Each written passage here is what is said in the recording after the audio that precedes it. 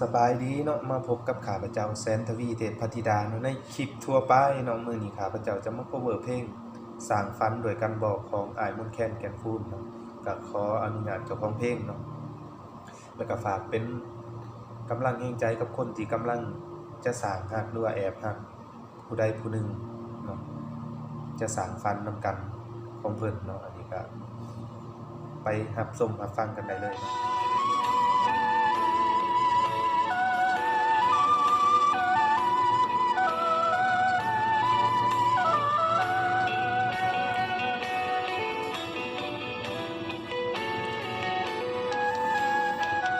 ฮู้บ่น้อนางอ้ายแอบแต่งตั้งเจ้าเป็นแรงใจเก็บรอยยิ้มมาซ่อนไว้ที่ซิมการ์ดใจเติมไฟให้ฝันเศร้าห้องข้างซอยคอยรถเมล์ที่ป้ายเดียวกันอ้ายรู้มาว่าสองเรานั้นมีส่วนคล้ายกันคือฝันเปื้อนฝุ่นทุ่มแรงเป็นทุนอยู่แบบต้องลุ้นทุกเดือนทุกวันกี่ฝันก็พังอย่างนั้น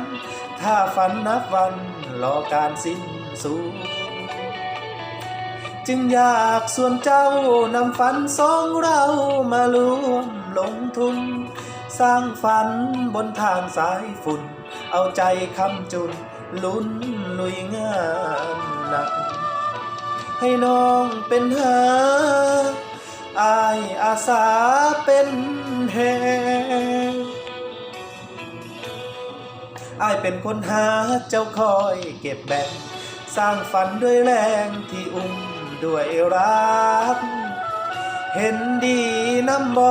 หรือมีแล้วบ่คนที่เจ้าฮัก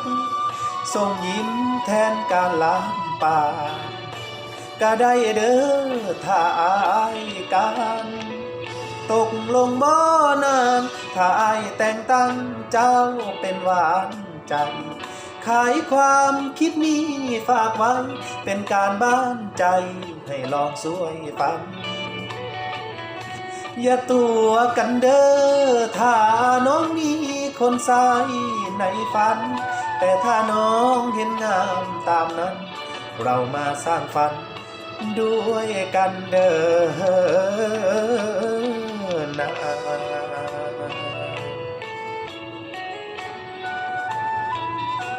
เป็นบัตรของสมัครเล่นเนาะถ้าผิดพลาดประการใดก็ขอโทษขออภัยทุกท่านข้าพเจ้าจะพยายามเฮ็ดให้ดีที่สุด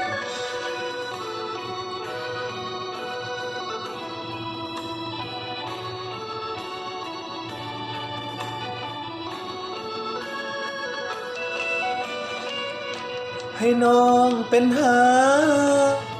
อ้ายอาสาเป็นแหงอ้ายเป็นคนหาเจ้าคอยเก็บแบ่งสร้างฝันด้วยแรงที่อุ้มด้วยรักเห็นดีน้ำบ่หรือมีแล้วบ่คนที่เจ้าฮัก